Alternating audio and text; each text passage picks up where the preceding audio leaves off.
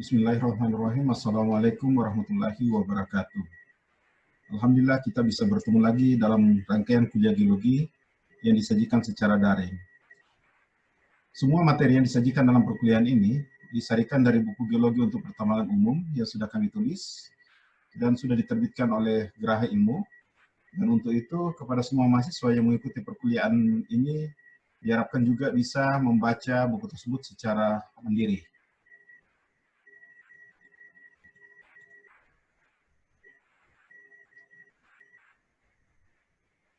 Kita akan melanjutkan perkuliahan kita pada bagian keempat tentang pengantar petrologi batuan sedimen. Sesi yang ketiga mengenai karakteristik batuan sedimen. Jadi pada dua pertemuan atau dua sesi sebelumnya kita sudah membahas mengenai proses-proses pembentukan batuan sedimen, kemudian bagaimana proses diagenesa terjadi, dan sekarang kita akan membahas mengenai karakteristik batuan sedimen. Secara umum, karakteristik batuan sedimen ini bisa dikenali dari 3 sifat, sama juga dengan batuan-batuan yang lain, baik itu batuan beku maupun batuan metamorf.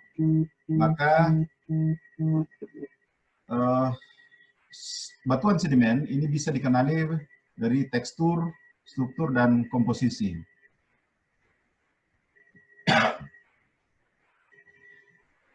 Tekstur pada batuan sedimen didefinisikan sebagai ukuran, bentuk, susunan, dan kenampakan hubungan antar butiran sedimen sebagai manifestasi dari proses-proses fisik, kimia, dan biologis yang terjadi pada material penyusun batuan sedimen selama proses pembentukannya. Jadi, kalau kita bicara mengenai tekstur batuan sedimen, kita akan fokus kepada butiran individu sedimennya atau individu butiran sedimennya. Nah, tentu saja butiran sedimen ini adalah material penyusun yang telah mengalami proses pelapukan, kemudian mengalami proses transportasi, dan mengalami proses diagenesa. Sedangkan struktur batuan sedimen ini adalah fitur-fitur yang terlihat pada batuan sedimen yang terbentuk saat pengendapan dan mewakili manifestasi proses-proses fisik, kimia, dan biologis yang bekerja di lingkungan pengendapannya. Nah, berbeda tadi dengan tekstur. Kalau tekstur kita fokus kepada butiran sedimen, maka struktur ini akan berbicara mengenai lingkungan pengendapan tempat terbentuknya batuan sedimen tersebut. Jadi kalau yang satu tekstur bicara prosesnya, struktur kita akan berbicara di mana dia terbentuk. Dan karakteristik yang ketiga adalah komposisi. Komposisi ini adalah material penyusun batuan sedimen yang berasal dari hasil perapukan, bisa berupa mineral, bisa berupa material organik, dan bisa juga berupa fragmen-fragmen batuan. Jadi ini yang membedakan dengan baik itu batuan beku maupun batuan sedimen, karena di batuan beku dengan batuan metamorf, karena di batuan sedimen ini bisa terdiri dari komponen-komponen material organik dan fragmen-fragmen batuan. Sementara kalau batuan beku, itu hanya bisa kita temukan komponen penyusunnya itu berupa mineral. Kalau pada batuan metamorf juga bisa terdapat mineral, bisa juga ada material organik, misalnya pada batu bara, dan bisa juga ada masih sisa-sisa sifat batuan yang batuan asalnya. Jadi sekali lagi, karakteristik batuan sedimen yang akan kita bahas pada hari ini mencakup tekstur, struktur, dan komposisi pada batuan sedimen. Mari kita lihat karakteristik yang pertama, yaitu tekstur. Jadi sekali lagi bahwa tekstur batuan sedimen ini adalah ukuran, bentuk, susunan, dan kenampakan hubungan antar butiran sedimen sebagai manifestasi dari proses fisik, kimia, dan biologis yang terjadi pada material penyusun batuan sedimen selama proses pembentukannya. Nah, tekstur batuan sedimen ini dibagi lagi menjadi dua kelompok besar, yaitu tekstur plastik dan tekstur kristalin. Tekstur kristalin ini sering juga disebut dengan istilah tekstur non-plastik. Sementara plastik ini ada beberapa istilah lain yang identik, misalnya detrital atau tekstur detrital. Nah, maka kalau kita menggunakan istilah detrital, maka kristalin ini juga kita ganti dengan istilah non-detrital tekstur. Jadi, pada prinsipnya sama, itu adalah mengenai butiran. Jadi kalau tekstur plastik ini adalah batuan sedimen yang terbentuk oleh proses-proses fisik. Kemudian yang kristalin ini terbentuk melalui proses kimia. Jadi adik-adik mahasiswa harus membedakan antara proses pembentukan sampai ke diagenesanya batuan sedimen ini dengan proses pelapukan. Karena sebagian hasil pelapukan kimiawi itu bisa melalui proses fisika pada saat pembentukan batuan sedimennya. Begitu pula sebaliknya, sebagian yang terbentuk dari hasil pelapukan mekanik ini kemudian bisa mengalami proses-proses kimia di dalam proses pembentukan batuannya. Jadi yang kita maksud di sini proses fisik atau yang menghasilkan batuan plastik ini adalah menyangkut mulai dari proses transportasinya, kemudian pengendapan, kemudian sampai terjadinya diagenesa atau kompaksi dan litifikasi. Jadi tekstur plastik ini memperlihatkan butiran-butiran yang tidak saling interlock atau tidak saling mengikat, tetapi disatukan dengan semen. Jadi antar butiran itu disatukan dengan semen. Kalau ada mahasiswa masih ingat pada pengantar petrologi pada 5 atau 6 pertemuan sebelumnya, maka saya akan menggunakan istilah interlocking untuk batuan beku, kemudian saya menggunakan intergranular untuk batuan sedimen, dan kemudian saya menggunakan istilah intergrowth untuk batuan metamorf. Jadi istilah intergranular ini menunjukkan bagaimana butiran-butiran itu disatukan oleh material lain yang kita sebut sebagai semen untuk menjadi batuan.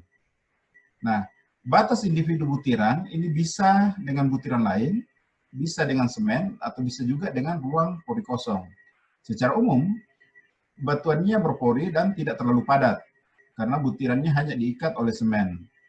Sehingga butirannya relatif mudah dikikis, apakah dengan menggunakan palu atau menggunakan paku. Nah, jika butiran bisa terlihat, maka semua karakteristik di atas ini bisa diamati, atau yang sudah saya jelaskan sebelumnya tadi. Jadi sekali lagi, bahwa karena dia melalui proses fisika, maka semua yang diamati juga adalah sifat-sifat fisiknya, terutama mengenai butirannya. Jadi butiran ini biasa disebut sebagai grain atau clast.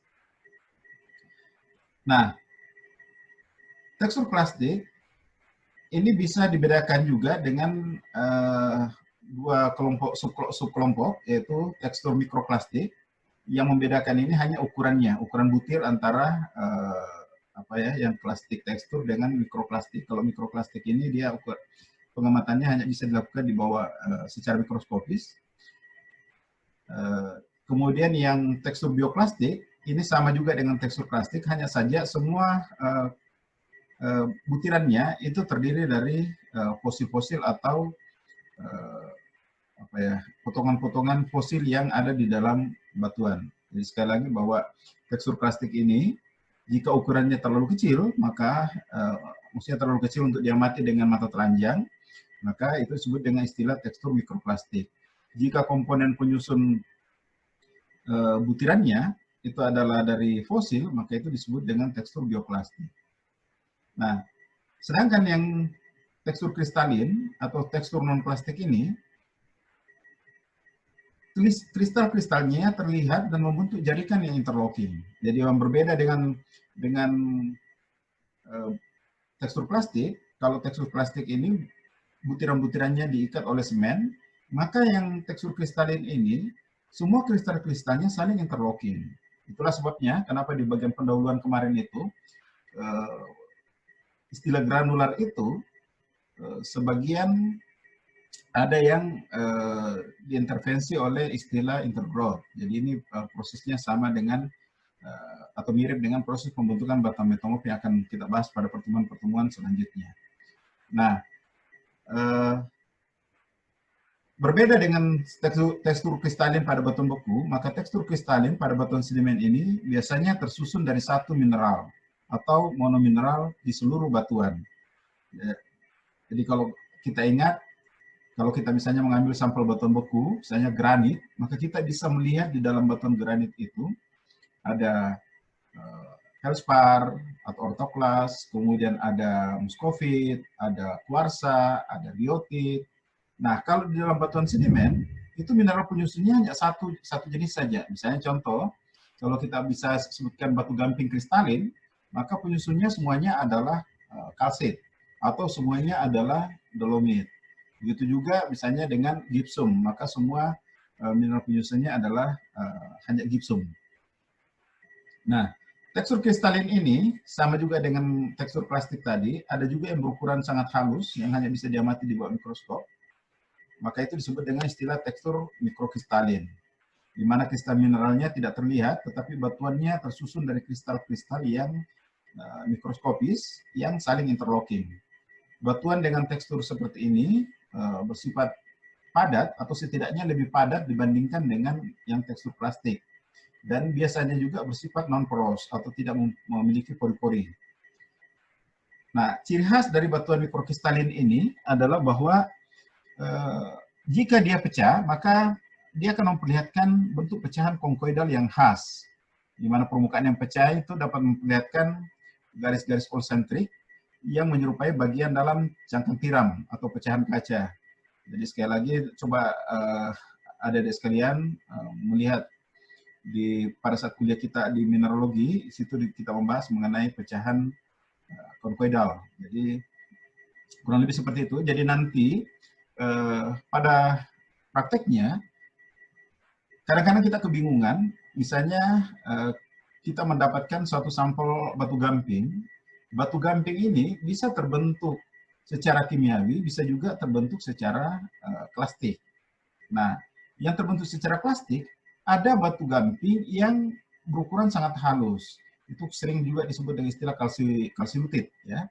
Nah, kalsilutit ini kadang-kadang sulit dibedakan dengan batu gamping mikrokristalin. Nah, untuk membedakannya, bisa kita salah satu kriterianya itu adalah melihat pecahannya. Kalau dia memperlihatkan pecahan konkoidal, maka itu tentu saja adalah batu gamping kristalin. Jadi, sekali lagi bahwa tekstur batuan sedimen ini terdiri dari tekstur plastik atau tekstur detrital, dan yang kedua adalah tekstur non-plastik atau tekstur kristalin. Jadi dengan ukuran-ukurannya itu kita bisa melihat perbedaan keduanya. Komposisi mineralnya juga berbeda, karena kalau sekali lagi, kalau kristalin tekstur ini biasanya memperlihatkan batuan yang mineralnya hanya satu jenis atau monomineral, sedangkan plastik mineral ini bisa memiliki beberapa jenis material penyusun. Sekarang kita lebih jauh mengenai tekstur plastik. Tekstur plastik ini sekali lagi karena dia terbentuk melalui proses fisik, mulai dari proses transportasi terbawa oleh media air, kemudian terendapkan pada suatu cekungan, kemudian dia mengalami proses kompaksi, kemudian dia mengalami proses litifikasi. Maka untuk mengklasifikasikan atau untuk mendeskripsi batuan sedimen plastik ini, itu dilihat dari sifat fisiknya. Di sini ada beberapa tekstur pada batuan yang plastik ini, misalnya besar butir atau grain size, kemudian ada pemilahan atau sorting atau sortasi, kemudian ada kemundaran atau roughness, kemudian ada kemas atau fabric atau grain packing, kemudian ada juga porositas. Jadi 5 sifat inilah yang kita deskripsi pada saat kita mendeskripsi batuan sedimen plastik. Karena ini khusus untuk pada batuan sedimen plastik, maka tentu saja sifat-sifat ini kita tidak akan deskripsi jika yang kita amati itu adalah batuan sedimen yang bersifat kristalin. Mari kita lihat satu persatu dari sifat-sifat ini. Besar butir itu biasanya diukur dengan menggunakan skala Wentworth. Jadi skala Wentworth ini membagi ukuran butir sedimen itu menjadi beberapa kelas, mulai dari istilah boulder, cobble, pebble, granula, sand, silt, clay, atau bongka, berangkal, kerakal, kerikil, pasir, lano, lempung. Nah, untuk yang boulder, ini adalah batuan, jadi batuan contoh seperti ini adalah batuan yang berukuran lebih besar dari 256 mm. Jadi misalnya kalau kita ukur dimensinya batuan ini atau ya butiran ini, maka jika dia ukurannya lebih besar dari 256 rata-rata, jadi kita ini ukur satu persatu, rata-rata kita dapatkan ukuran lebih besar dari 256, maka itu disebut sebagai boulder. Kemudian kita sebut cobble atau berangkal jika ukurannya antara 64 sampai 256 mm. Kemudian ada kerakal jika ukurannya 4 sampai 64 mm. Kemudian granula atau kerikil itu jika ukurannya 2 sampai 4 mm, tetapi pada beberapa literatur lain dua ini biasanya bisa disatukan dalam satu kelas, hanya disebut sebagai pebble saja. Jadi ukurannya langsung 2 sampai 64 mm. Kemudian batu pasir, ini sekali lagi adik-adik sekalian harus hati-hati kalau kita menggunakan istilah pasir dan batu pasir. Karena kalau kita bicara pasir, maka kita bicara sedimennya. Sementara kalau kita bicara batu pasir, itu kita bicara batuannya atau batuan sedimennya. Nah, pasir ini berukuran antara 116 mm sampai dengan 1/16 mm. Kemudian silt atau lanau ini 1/256 mm, 1/16 mm sampai 1/256 mm. Kemudian clay atau lempung ini lebih kecil dari 1/256 mm. Nah, skala Wentworth ini bisa juga atau dibuat lebih rinci lagi seperti ini. Jadi ini boulder, cobble, gravel. Ya, ini di sini ada diperhatikan tidak ada pebble ya. Di sini gravel 2 sampai 64 mm. Kemudian pasir ini dibagi menjadi 5 kelas lagi. Jadi mulai dari pasir sangat kasar, kemudian pasir kasar, kemudian pasir menengah, kemudian pasir halus, dan pasir sangat halus. Kemudian di bawahnya ada silt dan clay. Nah, ini pembagian ini dibagi 3. Ini biasa juga kita menggunakan istilah lutit untuk ukuran silt dan clay. Kemudian arenit untuk pasir, dan rudit untuk gravel sampai boulder. Jadi istilah ini, rudit ini untuk sedimen berukuran kasar, arenit ini berukuran menengah, dan lutit ini dianggap sedimen berukuran halus. Jadi skala Wentworth ini secara umum bisa dibagi 3, rudit, arenit, lutit. Seperti ini. Jadi ini kasar, ini menengah, dan ini menengah atau sedang, dan ini adalah halus. Nah, kemudian batuan yang terbentuk itu bisa dikelompokkan secara sederhana ke dalam 5 jenis batuan ini. Jadi kalau tadi clay, kalau dia menjadi batuan maka itu disebut batu lempung atau claystone. Kemudian silt, kalau dia menjadi batuan disebut batu lanau atau siltstone. Kemudian ada batu pasir, kemudian ada breksi, dan ada konglomerat. Breksi ini kalau dia nanti ada peramen-peramen yang menyudut-nyudut. Nanti kita lihat pada saat kita membahas klasifikasi batuan sedimen. Kemudian konglomerat, jika peramen-peramennya ini bulat. Tapi sekali lagi ingat bahwa tidak sesederhana ini penamaan di dalam batuan sedimen, karena nanti masing-masing batuan ini punya varian masing-masing tergantung ciri khasnya nanti. Misalnya contoh batu pasir ini terbagi lagi, ada batu pasir kuarsa, ada arkos, ada grewek, ada greensand, kemudian ada grewek, macam-macam. Jadi saya tergantung jadi dari komposisi mineralnya. Kemudian batu lempung ini bisa terbagi lagi menjadi misalnya batu lempung karbonatan, ada naval, ada serpi, banyak macam. Jadi kita tinggal melihat nanti sifat-sifat atributnya untuk memberikan penamaan. Itu nanti dibahas pada pertemuan berikutnya. Mengenai pengenalan batuan sedimen. Konglomerat juga banyak macam ya, tergantung komponen penyusunnya.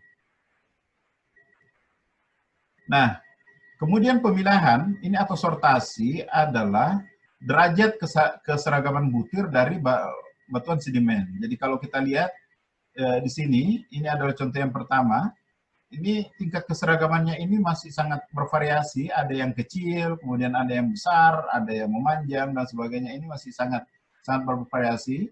Kemudian yang bagian kedua ini sudah mulai relatif seragam, ya, relatif seragam atau ukurannya sudah mendekati sama semua. Dan yang ketiga ini butirannya sudah secara umum sudah sama, atau rata-rata ukuran butirnya itu sudah hampir sama. Nah,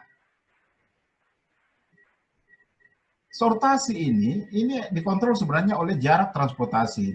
Jadi semakin jauh jarak transportasi sedimen itu, maka kecenderungannya dia akan menjadi semakin ukurannya seragam.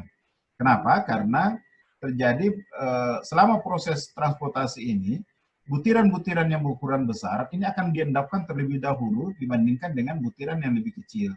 Sehingga ada sortasi, ini yang disebut dengan sortasi, ada pemilahan secara alamiah, di mana butiran-butiran sama dengan kita membuat ayakan atau menapis, ya, ayakan itu, kalau ayakan itu kita akan lihat ini ukuran butir berapa tersisa di ayakan paling atas, kemudian ukuran butir yang lebih kecil di bawahnya, dan selanjutnya yang paling kecil atau yang paling halus di ayakan yang paling bawah. Nah, jadi sekali lagi, sortasi ini, keseragaman butir ini dikontrol oleh dikontrol oleh jarak transportasi. Jadi kita bisa lihat di sini kriteria pemilahan dari sortasi, mulai dari terpilah sangat baik, ini kalau dia ukuran butirnya sudah hampir sama besar semua. Kemudian terpilah baik atau well sorted, ini jika butiran-butirannya ini masih didominasi oleh yang sama, tetapi banyak juga yang berukuran kecil, ya. Kemudian ini sudah mulai ada bongka-bongka yang agak lebih besar, ada yang lebih kecil, kemudian yang ukurannya sama ini sudah tidak terlalu banyak, kemudian terpilah buruk, ini bongkanya sudah semakin banyak, dan seterusnya seperti ini. Jadi kita tinggal melihat bagaimana variasi ukuran di dalam satu batuan. Kalau misalnya variasi ukurannya itu relatif sama, maka itu yang disebut dengan istilah terpilah sangat baik atau very well sorted. Tapi kalau misalnya ukuran butirnya itu sangat bervariasi, maka itu disebut very poorly sorted atau terpilah sangat buruk. Nah, kemudian ada kebundaran, roundness, sama dengan sorting, maka ini juga dipengaruhi oleh jarak transportasi. Jadi contoh di sini, kalau misalnya dicontohkan dimulai dari arah hulu sampai ke hilir, ini terbawa butiran itu. Di bagian hulu ini pada saat dia pecah, apakah itu dia melalui proses pelapukan mekanik atau dia melalui proses pelapukan kimiawi, maka bongka-bongka yang terbentuk itu biasanya menyudut-menyudut seperti ini.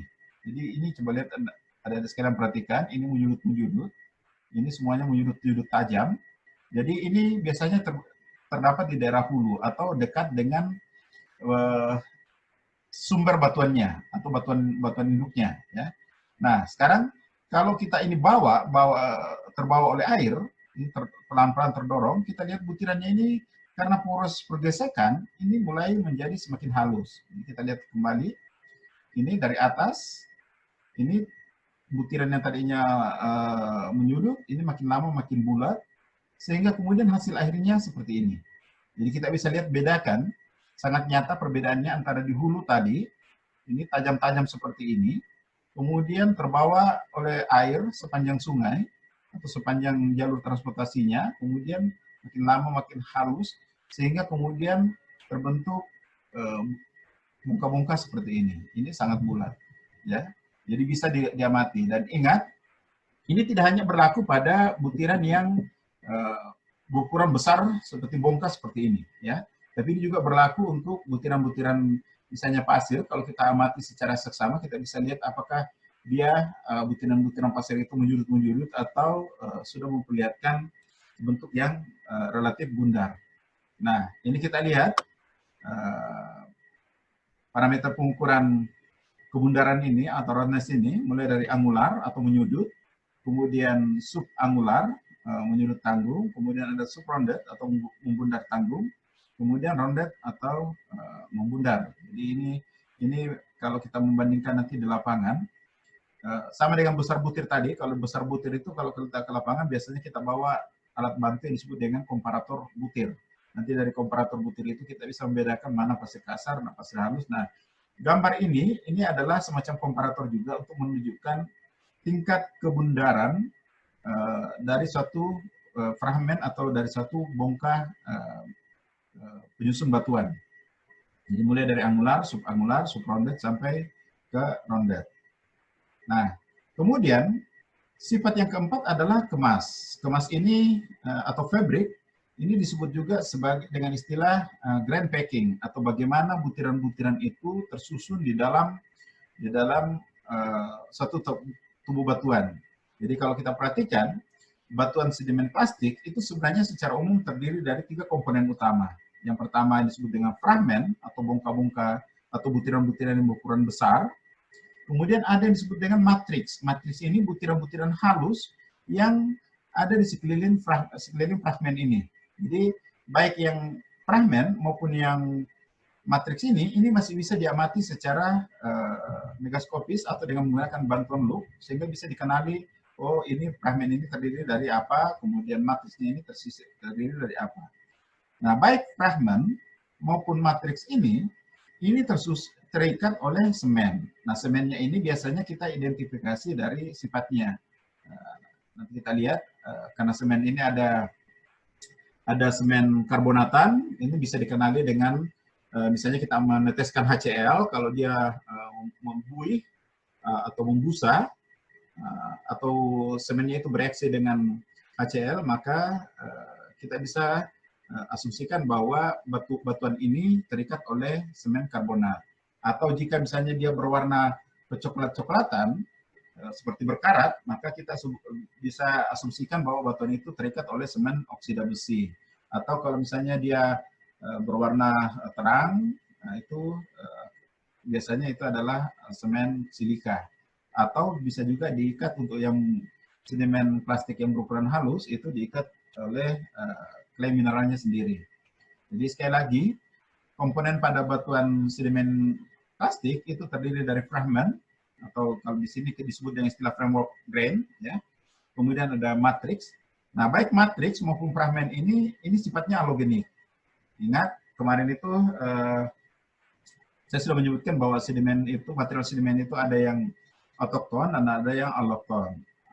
Autokton itu adalah sedimen yang tidak mengalami transplantasi, artinya dia berasal dari tempat itu, kemudian terendapkan di tempat itu juga, membentuk suatu batuan sedimen baru, maka itu disebut dengan sedimen allochton. Kemudian yang autokton berarti material sedimennya sudah mengalami perpindahan tempat. Nah, kalau di dalam batuan sedimen plastik, maka matriks maupun fragmennya ini biasanya adalah material alogenik atau material yang tertransportasi atau terbawa dari tempat lain. Sementara semen itu biasanya adalah material yang terbentuk di tempat pengendapannya dari ion-ion yang keluar terlepas dari air, karena airnya sudah terperas keluar, maka tersisa ion-ionnya, itu yang berubah menjadi semen, atau dari material-material hasil pergesekan antar butiran ini karena pengaruh kompaksi. Jadi karena kompaksi ini memberikan tekanan, maka terjadi pergesekan, sehingga ini aus, ini menghasilkan ion-ion yang bercampur dengan ion-ion yang ditinggalkan oleh air, kemudian ini berubah menjadi semen.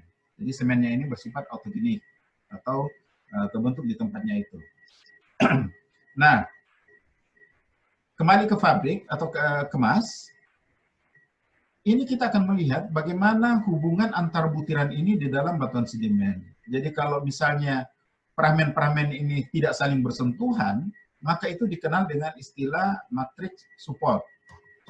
Jadi matrix supported, atau sering juga disebut dengan istilah kemas terbuka. Ya, kemas terbuka itu artinya butiran-butiran ini tidak saling bersentuhan. Dia terpisah oleh jarak, dan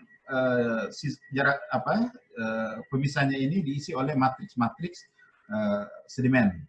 Sementara yang grain supported, jika fragmennya ini saling bersentuhan semuanya, saling bersentuhan, sehingga matriks ini hanya ada di sela-sela yang tersisa dari ruang yang disisakan oleh fragmen ini. Jadi makanya itu disebut dengan grain supported, artinya butiran-butiran fragmennya ini saling bersentuhan.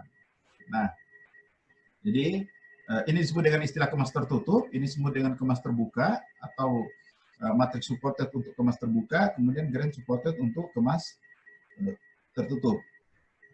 Kita lihat contohnya ini adalah kemas terbuka. Kita perhatikan ini adalah breksi atau batuan sedimen yang memiliki fragmen yang menyudut-menyudut tajam seperti ini.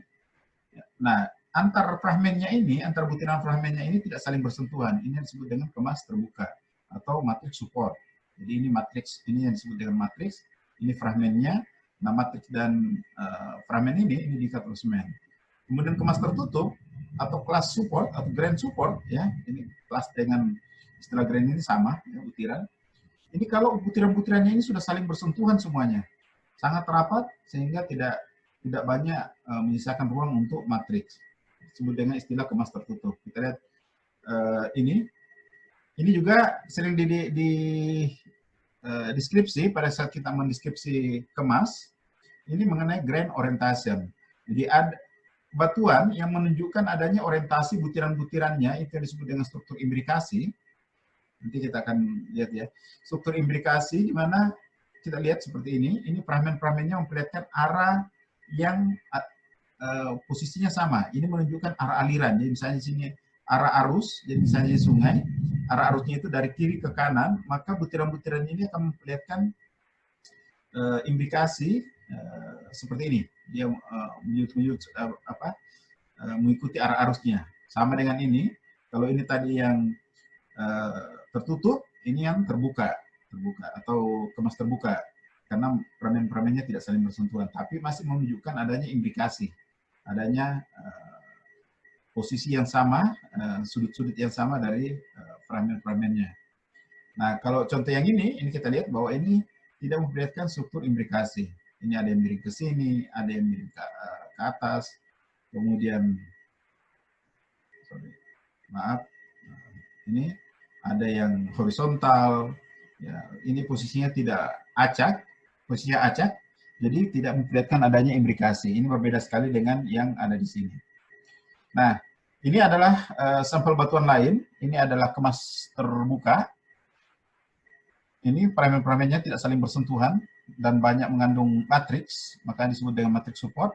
Kemudian ini yang disebut dengan kemas tertutup, fragmen-fragmennya ini sudah saling bersentuhan, makanya disebut dengan kelas support atau kemas tertutup. Nah, ini kalau di dalam perangannya disebut konglomerat karena ini bulat-bulat, artinya tidak menyudut-menyudut lagi, tidak tajam-tajam lagi. Ini disebut dengan breksi karena ini masih memperlihatkan sudut-sudut fragmennya. Kemudian porositas, ini kalau di lapangan biasanya kita melakukan penilaian secara kualitatif untuk keperluan deskripsi batuan. Jadi pengukuran ini biasanya kita membawa juga alat-alat untuk tes in situ, tetapi umumnya kalau hanya pemetaan permukaan, kita hanya melakukan penilaian secara kualitatif dari grafis seperti ini. Misalnya contoh kalau kita lihat butiran-butirannya rapat seperti ini, maka batuan itu tidak memiliki pori, makanya disebut dengan non-porous atau non-permeable. Ya, permeable ini adalah kemampuan meloloskan air, sementara pori adalah jumlah ruang di dalam satu batuan. Nah, ini batuan yang berpori, jadi ini beda dengan tadi, ini non-porous, ini porous. Jadi dia berpori, tetapi karena pori-porinya ini tidak efektif, tidak saling berkoneksi, maka disebut dia masih memiliki sifat non-permeable. Jadi ini porous tapi non-permeable. Ini non-porous dan juga non-permeable. Ini ada porinya, tetapi tidak saling bersambungan. Sementara yang sebelah kanan ini, dia poros, dia punya pori-pori, tetapi pori-pori itu semuanya saling terkoneksi sehingga disebut sebagai pori efektif. Ya, jadi ini makanya disebut sebagai permeable. Jadi ingat, tidak semua batuan yang berpori itu bersifat permeable, tapi tergantung kepada apakah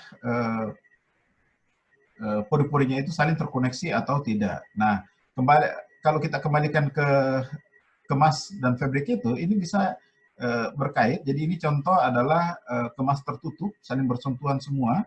Ini juga sebenarnya masih kemas tertutup, tetapi ini sudah kemas terbuka. Jadi kemas terbuka ini identik dengan batuan yang memiliki porositas tinggi dan memiliki permeabilitas. Sementara kalau dia kemasnya tertutup, maka dia bisa poros, bisa non poros, tetapi sama-sama non permeable atau tidak memiliki kemampuan untuk meloloskan air. Jadi ini contoh tadi batuan yang poros dan memiliki permeabilitas tinggi. Kenapa? Karena pori-porinya ini saling terkoneksi semuanya, sehingga jika kita melewatkan air, airnya bisa menembus batuan ini. Jadi ini contoh lain ya, sama. Ya. Ini masih kemas tertutup, tapi ini sudah sangat rapat. Ini sudah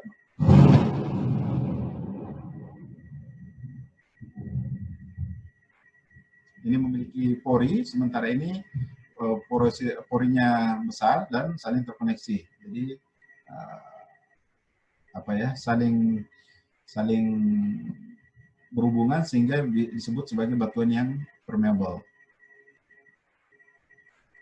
Nah, untuk tekstur kristalin, sekali lagi bahwa tekstur kristalin ini biasanya dicirikan oleh batuan yang komposisi mineralnya itu hanya satu. Misalnya contoh, ini adalah batuan yang hanya tersusun oleh kalsit. Ini adalah batuan kristalin dan ini adalah batuan yang bertekstur plastik. Kalau plastik ini dia butiran-butiran, ya, butiran-butiran, sementara ini mineralnya saling kunci atau saling interlocking, ya, interlocking. Jadi di sini non poros, di sini dia bisa memiliki pori karena matriks ini adalah butiran-butiran yang bisa meloloskan air seperti itu, ya, matriks tergantung kepada ukuran butirnya, tergantung nanti kepada derajat keseragaman ukuran butir, kemudian perbandingan antara clay dengan pasirnya di dalam matriks ini. Nah, contoh yang lain, ini adalah batu gamping, ini batu gamping kristalin, dan ini adalah batu gamping yang terbentuk secara mekanik. Jadi ini dia memiliki sifat plastik, ini non plastik atau dia kristalin. Kita bisa lihat kalau kita pecahkan, ini dia akan pecah brittle. Ini sama-sama brittle sebenarnya, tapi ini memperlihatkan ciri khas konkoidal, sementara ini tidak memperlihatkan sifat konkoidal. Nah, kemudian kita memasuki ke karakteristik yang kedua, yaitu struktur batuan sedimen.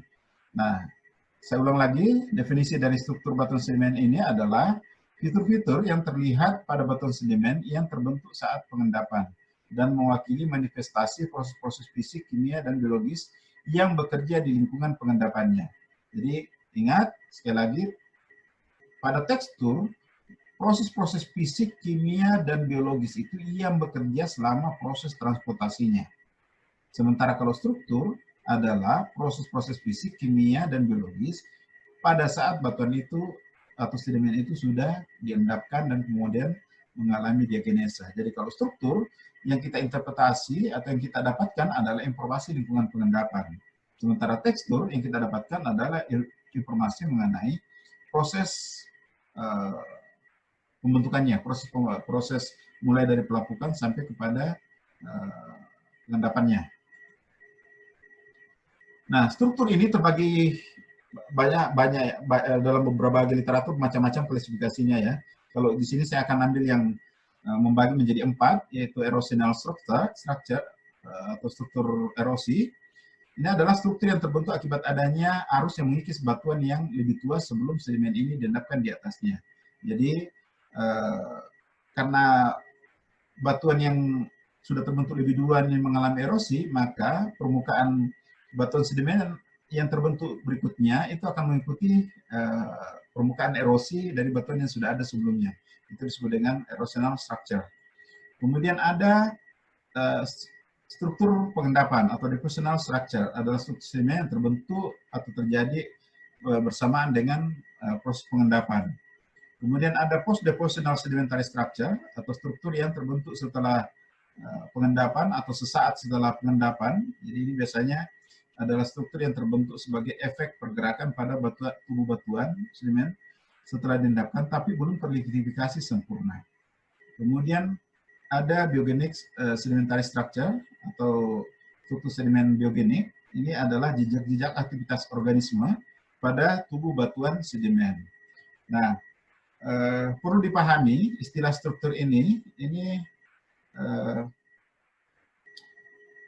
adalah istilah yang sangat umum dipakai di geologi, karena kita nanti akan membahas ada juga disebut dengan struktur geologi. Bahkan struktur geologi ini ada punya mata kuliah khusus, yaitu mata kuliah struktur geologi, geologi struktur, itu yang khusus mempelajari mengenai struktur-struktur yang ada di dalam geologi. Tetapi jadi struktur itu pada umumnya dibagi dua, ada struktur primer dan ada struktur sekunder. Nah, struktur sekunder itu adalah struktur yang disebabkan oleh gaya tektonik yang menghasilkan nanti patahan, kemudian kekar, kemudian lipatan. Sementara struktur primer itu adalah struktur yang terbentuk pada saat batuan sedimen itu mengalami proses pembentukan, baik sebelum maupun sesaat setelah sedimen itu diendapkan. Jadi ini yang kita bahas di sini adalah struktur primer yang berbentuk pada saat pengendapan. Nah, dari 4 jenis struktur ini, pada pengantar petrologi batuan sedimen ini, kita hanya akan membahas karakteristik dari struktur sedimen pengendapan. Kenapa? Karena ini adalah struktur yang paling umum dijumpai pada saat kita di lapangan, dan lebih mendekati untuk bisa mengidentifikasi lingkungan pengendapan dari batuan sedimen itu. 3 yang lainnya ini, adik-adik akan lebih banyak nanti mempelajarinya pada saat belajar mengenai petrologi batuan sedimen. Ada mata kuliah khusus petrologi, bahkan ada mata kuliah khusus nanti mengenai sedimentologi, jadi khusus membahas mengenai proses-proses pembentukan sedimen. Nah, jadi kita fokus ke struktur deposional atau struktur pengendapan. Nah, struktur pengendapan ini terdiri dari yang paling umum itu adalah struktur perlapisan, ya, atau tubuh batuan sedimen yang berbentuk layer-layer yang umumnya sejajar dengan permukaan bumi saat diendapkan. Jadi sedimen itu kalau misalnya kita membayangkan katakanlah misalnya dalam jangka pendek, misalnya di sini ada tahun 2019 musim hujan, terbentuk sedimen atau endapan sedimen setebal 1 cm, kemudian ada musim kemarau, kemudian tahun berikutnya ada lagi kembali lagi musim hujan, terbentuk lagi sedimen 1 cm, maka sekian tahun itu akan terbentuk beberapa lapisan yang bentuknya seperti berlapis-lapis, ya, seperti kue lapis. Ya, jadi contoh di sini ini adalah struktur pelapisan yang memperlihatkan karakteristik yang berbeda. Jadi ada yang disebut dengan planar bedding atau pelapisan horizontal seperti ini. Kemudian ada struktur yang dibentuk oleh arus, memperlihatkan proses laminasi atau silang siur seperti ini. Ini modelnya kurang lebih ini, tapi ini secara umum masih tetap memperlihatkan sifat pelapisan. Kemudian ada ripple mark, ini bergelombang, ya, seperti ini. Nanti kita lihat. Kemudian ada struktur imbrikasi, kemudian ada struktur grade bedding, dan ada cut and fill bedding. Nah, istilah bedding ini sama dengan istilah laminasi sebenarnya. Jadi sama-sama istilahnya adalah pelapisan. Nah, yang membedakan adalah ukuran. Jadi kalau misalnya lapisan itu berukuran lebih dari 1 cm, maka itu disebut bed atau bedding. Kemudian kalau dia ukurannya kurang dari 1 cm, maka itu disebut laminasi atau lamina, ya, kurang seperti itu. Jadi bisa saja misalnya struktur graded bedding ini bisa disebut kalau graded bedding ini biasa saja, tapi misalnya lapisan planar ini yang horizontal ini, jika ketebalannya kurang dari 1 cm itu disebut laminasi. Tapi kalau dia lebih dari 1 cm itu disebut bedding. Bedding ini bisa bervariasi mulai dari yang bedding yang sangat tipis, sedang, sampai yang berukuran masif. Kalau masif ini sudah lebih dari 3 meter ketebalannya, atau bahkan sudah tidak bisa kelihatan bidang pelapisannya, maka itu kita sebut sebagai struktur masif, ya, struktur masif. Nah, ini contoh struktur pelapisan. Jadi ini Anda perhatikan, ini pelapisannya miring, ya. Yang di atas ini pelapisannya horizontal. Jadi ini semuanya adalah struktur perlapisan planar, ya, planar seperti ini. Tapi Ini kita tidak tahu ukurannya seperti apa ini, tapi kalau kelihatannya ini sangat tipis, mungkin ini adalah laminasi. Tapi sekali lagi, karena ini foto, bisa jadi ini lebih dari 1 cm. Kalau lebih dari 1 cm, maka ini adalah bedding. Ya. Nah, perlu dipahami bahwa satu lapisan itu menggambarkan satu unit sedimentasi yang diandalkan pada suatu kondisi konstan. Jadi satu perlapisan itu mewakili suatu kondisi, ya, kondisi pada saat dia diendapkan. Karena tidak mungkin pengendapan suatu lapisan itu terdiri dari berbagai kondisi. Jadi antara satu lapisan dengan lapisan lainnya itu terdapat bedding surface atau permukaan bidang perlapisan yang lebih dikenal dengan istilah bedding plane. Ya, bedding plane karena ini batas antara bidang perlapisan. Jadi kalau misalnya batuan itu dikikis atau dipecahkan, maka biasanya dia akan pecah melalui bidang-bidang perlapisan ini. Ya. Ingat istilah yang mirip itu ada di mineralogi, ada belahan, ya, belahan. Tapi kalau ini kan tubuh batuan yang berlapis. Ya. Kemudian bedding plane ini dapat dikenali dengan adanya perubahan tekstural, apakah itu ukuran butir, apakah itu perubahan warna, ya, dari komposisi. Jadi kalau tekstural ini ukuran butir biasanya, kalau komposisi itu perubahan warna antara satu perlapisan dengan perlapisan lain. Perlapisan menunjukkan adanya variasi ketebalan dan bentuk pada individual bidang perlapisan yang merefleksikan sejarah sedimentasi. Nah ini tadi bed kalau lebih dari 1 cm ini diendapkan dengan energi yang tinggi dengan arus yang lebih kuat. Tentu saja akan menghasilkan endapan yang lebih tebal. Laminasi ini kurang dari 1 cm menunjukkan kondisi energi yang relatif rendah.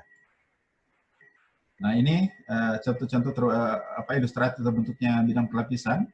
Jadi perlapisan seperti ini, kelihatan planar seperti ini horizontal, ya, horizontal. Ini terbentuk seperti ini. Jadi pada tahap awal, ini seiring dengan waktu, ya, waktu geologi. Ini pada tahap awal terendapkan hanya yang berwarna warna kehijauan. Kemudian di atasnya diendapkan sedikit yang berwarna terang ini. Kemudian di atasnya lagi diendapkan berwarna coklat. Ini semuanya diendapkan secara berurutan, ya. Nah, setiap ini yang dimaksud tadi, setiap lapisan ini mewakili satu kondisi geologi pada saat dia diendapkan.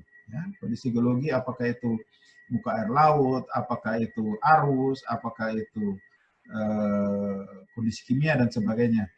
Nah, itu yang disebut nanti ada istilah fases, ya, fases yang menunjukkan sifat-sifat yang mengontrol suatu lingkungan pengendapan pada saat sedimen diendapkan. Jadi ini berlapis terus seperti ini. Jika kemudian sedimen ini mengalami proses litifikasi, mengalami proses degresi menjadi batuan sedimen, dan kemudian seiring waktu geologi ini terangkat ke permukaan karena gaya tektonik, kemudian dia di permukaan membentuk singkapan seperti ini. Jadi ini sudah di permukaan bumi. Dia memperlihatkan dengan pelapisan dan tampak samping seperti ini. Jadi ada siltstone, ada konglomerat, ada kembali lagi siltstone seperti ini.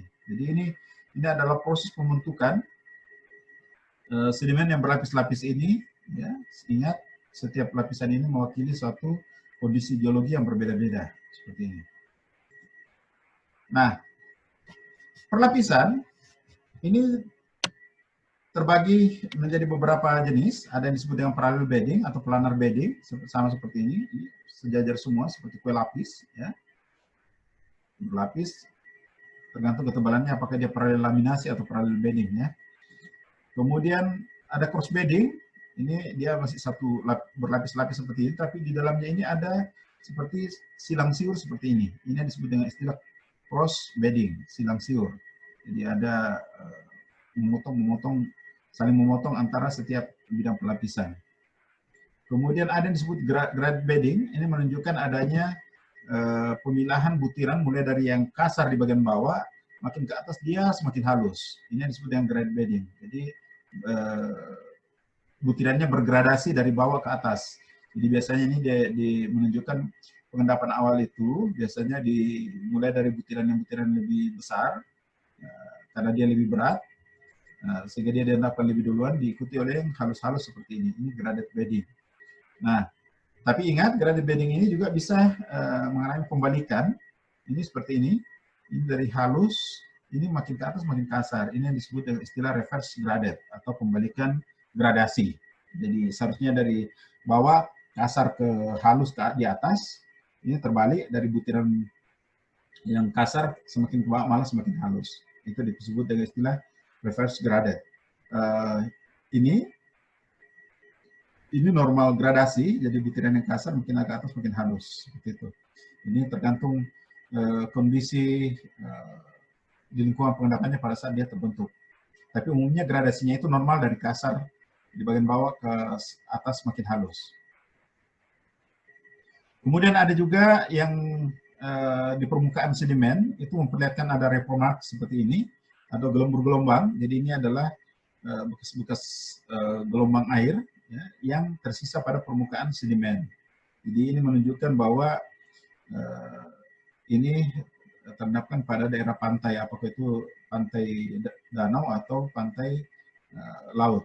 Jadi misalnya kita lihat contoh ini di pinggir pantai, ini menyisakan gelombang-gelombang seperti ini. Jadi pola karena pergerakan air naik dan turun ke arah darat dan kembali lagi ke laut, menyisakan bentuk gelombang-gelombang seperti ini. Dan kalau ini terawetkan, itu kemudian menghasilkan struktur yang disebut dengan istilah repromark seperti ini, kembali seperti ini. Ya.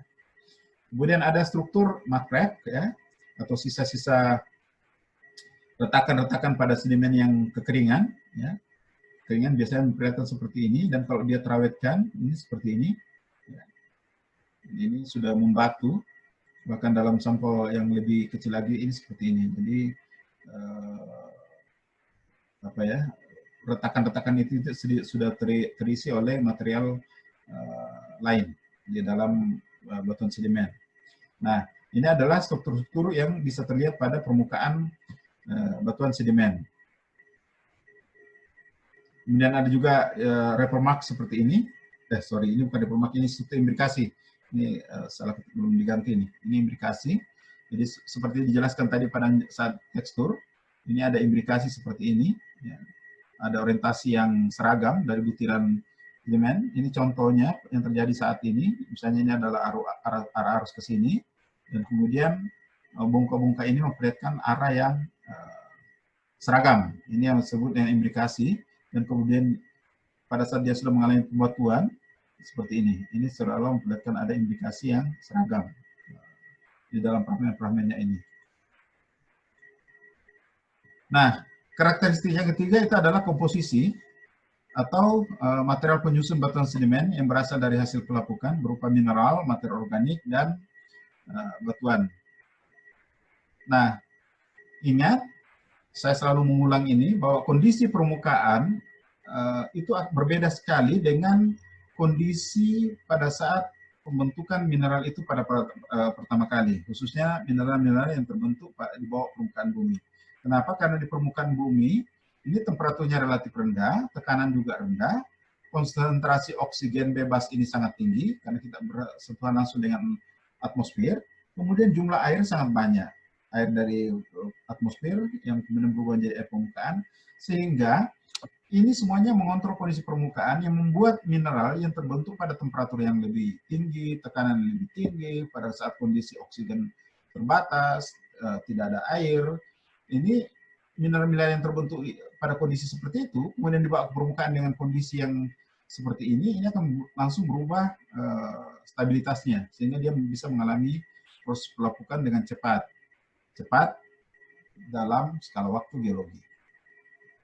Nah, ini contoh tabel bagaimana stabilitas mineral di permukaan bumi. Ini ada yang tidak stabil, ada yang kurang stabil, dan ada yang sangat stabil. Yang tidak stabil, olivin, pyroxene, calcium rich plagoclase, ini mulai dari anortit, bitonit, ya. Kemudian ada amphibol, blende, ya. Kemudian ada andesin oligoclase. Ya. Ini anortit, bitonit, labradorite, oligoclase, dan seterusnya ke bawah. Ya. Ini. Kemudian ada yang kurang stabil, span, epidot, andalusit, dan seterusnya, ini yang kurang stabil. Kemudian yang sangat stabil, yang ada muscovite, albit, orthoklas, clay mineral, kuarsa, dan seterusnya. Yang diberikan tanda bintang ini adalah semua mineral yang khas pada batuan beku. khas pada batuan beku. Dan kalau kita perhatikan, ini mengikuti deret seri reaksi Bowen. Dari deret ini olivin, pyroxene, hornblende. Kemudian di deret yang kontinu ada Ca rich plagioclase, kemudian ada andesin oligoclase. Yang di deret bawah ada muscovite, kemudian ada albit, ada orthoclase, kemudian ada quartza, ya seperti itu. Ini adalah mengikuti deret seri reaksi Bowen. Yang di bagian bawah itu lebih stabil dibandingkan yang di bagian atas. Nah, yang ini adalah mineral-mineral yang terbentuk di atau khas pada batuan sedimen, dan sebagian juga ada yang terbentuk pada batuan metamorf.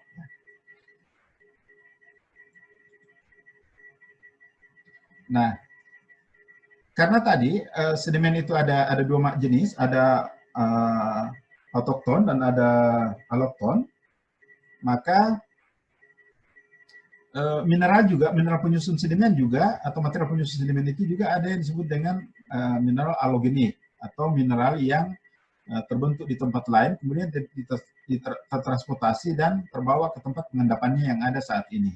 Jadi ini adalah contoh mineral-mineral alogenik yang terbentuk melalui proses fisika.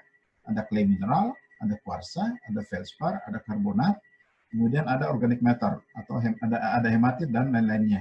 Nah, bisa diperhatikan di sini sudah tidak muncul lagi olivin, pyroxene, hornblende, dan Ca plagioclase, kemudian anorthit, ditonit. Jadi di batuan sedimen itu, untuk batuan sedimen yang berukuran halus seperti lutit ini, maka yang paling banyak ditemukan itu adalah clay mineral, kemudian quartza, ada feldspar sedikit sekali, sini presentasinya sudah sangat kecil.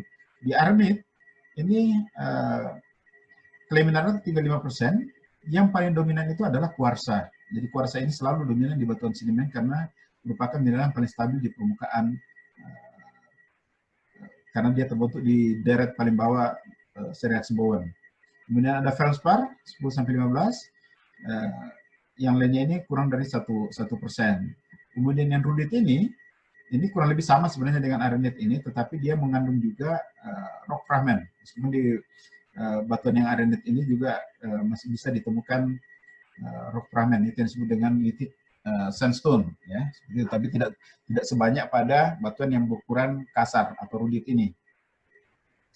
Nah, kelompok mineral yang kedua atau autogenic mineral ini adalah mineral yang terbentuk pada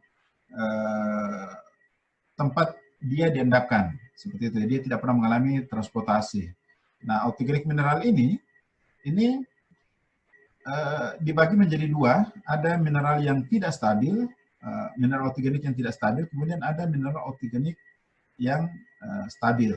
Jadi kalau yang tidak stabil itu adalah gypsum, karbonat, glauconit, dan seterusnya. Misalnya kita ambil contoh gypsum, ini adalah mineral autogenik yang terbentuk dari presipitasi kimia pada saat terjadi misalnya evaporasi. Di karbonat ini juga sama, terjadi evaporasi.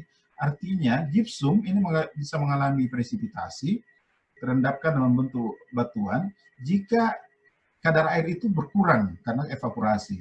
Nah, sehingga begitu dia gypsum ini mendapatkan suplai air yang banyak, maka dia menjadi tidak stabil, kurang lebih seperti itu. Nah, yang ini adalah mineral-mineral yang stabil, klorit, albit, orthoclase, muscovite, quartza, dan clay mineral. Ini cenderung lebih stabil. Jadi mineral alogenik ini biasanya melalui proses fisika atau mekanik, sementara autogenik ini terbentuk melalui proses kimiawi. Nah, di dalam deskripsi batuan sedimen itu dikenal istilah maturity atau kedewasaan. Kedewasaan ini menunjukkan bagaimana jarak transportasi terhadap material penyusun sedimen. Jadi ini bisa dilihat dari dua sifat. Sifat yang pertama adalah dari teksturnya, dan sifat yang kedua dari komposisi mineralnya. Jadi makanya ada yang disebut dengan textural maturity atau kedewasaan tekstur. Kedewasaan tekstur ini dilihat dari grain size, sorting, dan roundness. Jadi dilihat dari besar butir, pemilahan, dan kebundaran. Nah, kedewasaan ini dibagi menjadi 4. Ada imatur, submatur, kemudian ada matur, kemudian ada supermatur, seperti ini. dibagi 4, mulai dari yang tidak dewasa sampai yang sangat dewasa.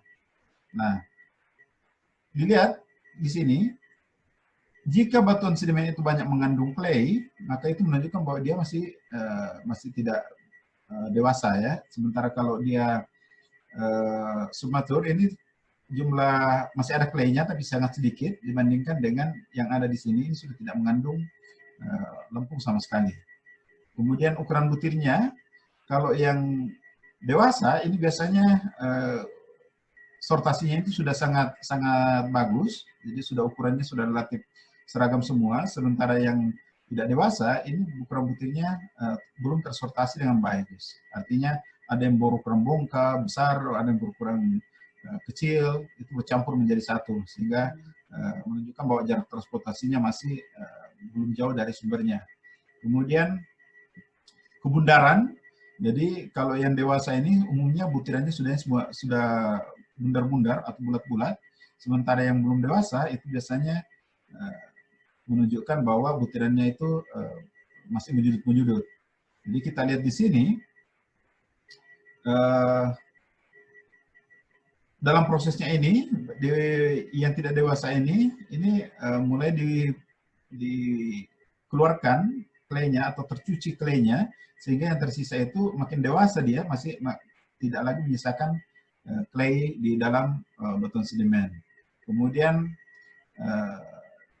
di sini sortasinya sudah tidak mengandung clay ya, semakin ke atas ini. Kemudian ini butirannya semakin membulat ke arah kanan. Jadi kita tinggal lihat dari tiga sifat ini, besar butir, ya, kalau makin masih bongka-bongka dan sebagainya, berarti itu masih dekat dari sumbernya. Kalau dia sudah berukuran seperti pasir, lanau, lempung, menunjukkan bahwa itu sudah jauh dari sumbernya. Kemudian sortasinya, kalau ukuran butirnya masih bervariasi, ada yang besar, ada yang kecil, berarti itu masih belum jauh dari sumber batuannya atau sumber batuan induknya. Tapi kalau dia sortasinya sudah relatif seragam, itu menunjukkan sudah sangat jauh dari mengalami proses transportasi dari tempat asalnya. Kemudian individu butirannya, kalau dia sudah bulat-bulat, itu menunjukkan dia sudah jauh mengalami transportasi. Ini contohnya, ya.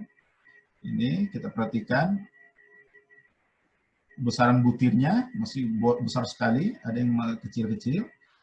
Sortasinya di sini sangat variasi antara yang fragmen yang besar dengan yang kecil. Di sini sudah relatif seragam semuanya. Nah, di sini dia menyudut-menyudut, di sini dia sudah mulai agak halus, di sini dia sudah membulat-bulat. Jadi semakin ke arah kanan, dari hulu ke hilir itu menunjukkan kedewasaan tekstur yang semakin bulat, semakin seragam, dan kemudian ukuran butirnya semakin halus. Tentu saja ini jarak transportasi dari hulu ke hilir. Nah, yang kedua adalah mineral maturity atau kedewasaan mineral search-nya. Kedewasaan mineral ini menunjukkan bagaimana, contoh misalnya kalau di sini ada mineral olivin, pyroxene, plagoclase, ada kuarsa, hornblende, biotit, feldspar, dan muscovite. Ini pada batuan asalnya mengandung ini, kemudian mengalami transportasi dari hulu ke hilir, seperti ini, dia terbawa, maka mineral-mineral seperti pyroxene, olivin, dan hornblende ini semakin lama semakin hilang, dan bahkan berubah menjadi clay mineral atau mengalami pelapukan alterasi menjadi clay mineral. Sementara hornblende dan plagoclase ini juga sebagian mengalami alterasi menjadi clay mineral, dan kalaupun ada dalam batuan sedimen ini proporsinya tinggal kecil sekali. Yang banyak ditemukan di dalam batuan sedimen itu yang paling dominan adalah kuarsa, dan ada dalam komponen yang lebih kecil feldspar dan muscovite. Biotit juga kadang-kadang ditemukan, tapi sekali lagi proporsinya ini semakin kanan semakin banyak kuarsa, feldspar, muscovite, dan seterusnya. Jadi ini ilustrasi lain. Jadi kalau misalnya dari hulu itu komponen penyusunnya itu masih ada bongka batuan seperti ini, kemudian ada butiran kuarsa, kemudian ada lano lempung yang seperti titik-titik ini, kemudian ada feldspar yang warna coklat ini, kemudian ada lempung yang seperti ini.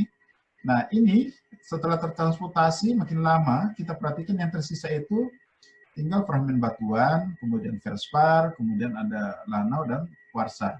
Nah, lempung sudah mulai tercuci, seperti tadi sudah dijelaskan, sudah mulai tercuci, sehingga dia mulai menghilang di sini. Dan kemudian setelah tertransportasi lagi, fragmen-fragmen batuannya pun sudah pecah-pecah semuanya, hilang, dan berubah menjadi mengalami pelapukan, dan yang tersisa adalah butiran-butiran kuarsa seperti ini, butiran kuarsa. Jadi semakin banyak komponen kuarsa di dalam batuan sedimen menunjukkan bahwa dia semakin dewasa. Semakin banyak campuran dari material lain, apakah itu batuan, apakah itu lanau, apakah itu dan seterusnya, menunjukkan dia kedewasaannya masih belum terlalu dewasa.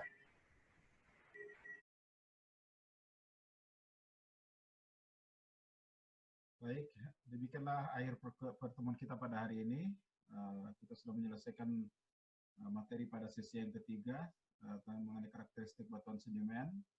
Dan insya Allah kita akan bertemu lagi pada sesi yang keempat untuk pengenalan batuan sedimen secara umum. Kita bertemu lagi pada pertemuan berikutnya. Wassalamualaikum warahmatullahi wabarakatuh.